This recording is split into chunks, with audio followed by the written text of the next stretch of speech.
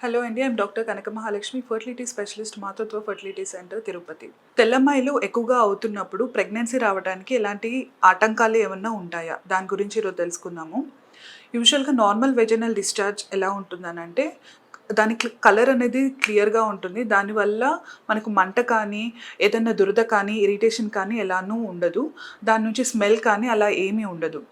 అదే abnormal vaginal discharge అంటే, normal vaginal discharge నుంచి చేంజ్ ఉండి, దాంతో కూడా మనకి కింద పొత్తి కడుపు నొప్పి ఉండడము, భార్యాభర్త దగ్గర ఉన్నప్పుడు పెయిన్ ఎక్కువగా ఉండడము, యూరిన్ మంటగా ఉండడము, స్మెల్ అనేది బ్యాడ్‌గా ఉండడము, ఇలా సిట్యుయేషన్ ఉంటుంది అబ్నార్మల్ వెజైనల్ డిశ్చార్జ్.